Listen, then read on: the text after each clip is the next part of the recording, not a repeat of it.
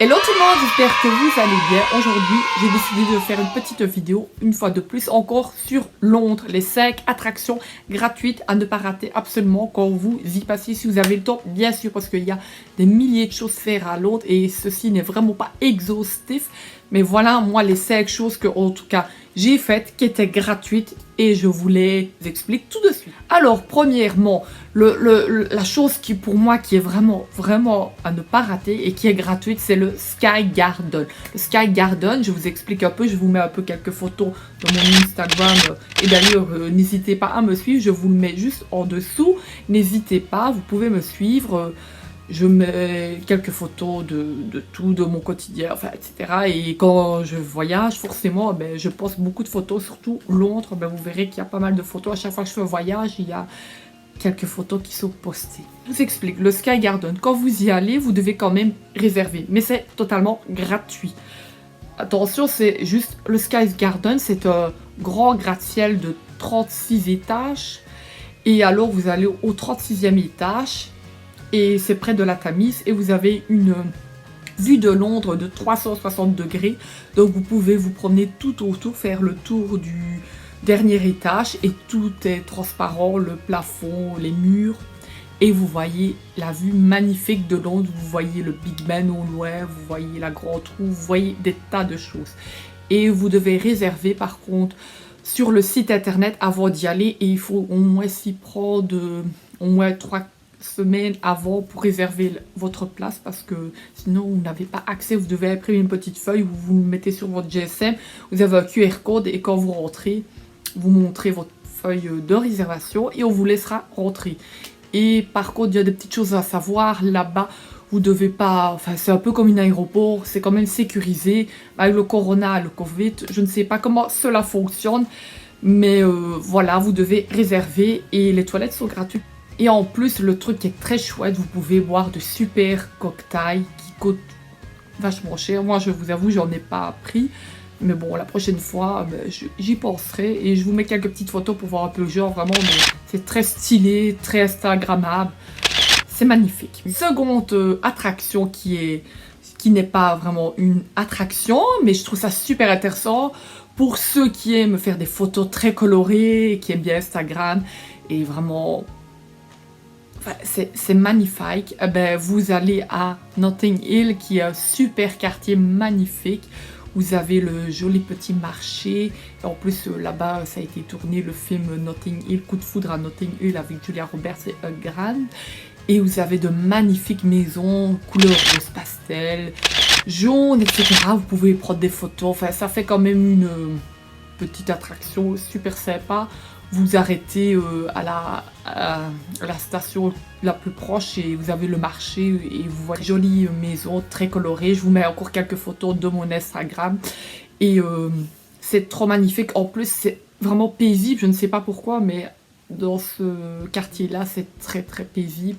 Alors que malgré tout, Londres est une ville très vivante. Ma troisième attraction, c'est les musées. Les musées en particulier, moi je pense au British Museum, bien sûr. Là, il ne faut pas de réservation. Vous pouvez aller là, vous faites la queue et après on vous fouille, on voit si vous avez des armes ou quoi dans votre sac, etc. Mais après vous rentrez, il n'y a pas de souci. Les toilettes sont gratuites en plus encore. Il y a un petit magasin aussi de souvenirs si vous voulez vraiment acheter des petits souvenirs. Vous voyez tous les trucs d'Égypte, etc. Vous avez plusieurs civilisations. Le musée est divisé en plusieurs parties. Les Romains, les Chinois, les Égyptiens, etc. Enfin, moi je ne connais pas trop en histoire, mais j'y suis allée. C'était très chouette. Et aussi vous avez d'autres musées gratuits comme le musée des sciences naturelles. D'ailleurs c'est là-bas qu'on a tourné le film Paddington, le deuxième film. Et vous voyez le grand dinosaure, je vous mets encore quelques images, ce ne sont pas les miennes, mais voilà. C'est des images qu'on a vues dans les films et beaucoup sur Instagram. Vous avez d'autres musées qui sont gratuits, je ne vais pas vous les citer. Vous avez aussi la National Gallery qui se trouve à Trafalgar Square. Vous pouvez aller voir les tableaux, etc. C'est gratuit, vous rentrez comme ceci, il n'y a pas besoin de réservation. Et il y a d'autres musées que je ne sais pas, je ne connais pas les noms, mais voilà. J'en suis sûre qu'il y en a d'autres parce que les musées, je pense qu'ils sont tous gratuits à Londres. Donc si ça vous intéresse l'histoire, c'est super, vous pouvez tous les visiter et c'est gratuit. Ma quatrième attraction, c'est Piccadilly Circus. Piccadilly Circus, c'est pas vraiment une attraction, je sais, c'est un rond-point, en fait, ça veut dire le rond-point de Piccadilly. Mais ce qui est très chouette, c'est qu'à Londres, je ne sais pas pourquoi, mais à chaque fois que j'y suis allée, il y a toujours des chanteurs qui viennent, ils prennent leur guitare, ils prennent des haut-parleurs, etc. Et franchement, il y a des beaux chanteurs, il y a beaucoup d'artistes qui viennent, qui chantent et ils chantent des chansons fort connues. Je vous mets quelques petits extraits que j'avais filmés moi-même quand j'y étais. C'était bien avant le corona et tout ça, ça date d'il y a plus d'un an. Et c'est magnifique, quoi. Vous restez là et vous écoutez la musique, ça vous fait comme un mini-concert gratuit. Alors, ma cinquième attraction, c'est et bien évidemment à Londres. C'est une ville qui a beaucoup de voitures, de pollution. Oui, mais vous avez des parcs, heureusement. Vous avez le St. James Park, qui est le grand parc qui est près du Buckingham Palace, qui est magnifique. Et d'ailleurs, vous pouvez profiter aussi de visiter le Buckingham Palace. Enfin, pas le visiter. Vous pouvez visiter le Buckingham Palace à certaines périodes d'été, mais je crois que cette année ça a été supprimé à cause du corona, bien évidemment. Mais vous pouvez le visiter durant la période d'été. Je ne sais plus vous dire les dates, je chercherai ça, je vous mettrai tout ça en barre d'infos si je trouve l'information.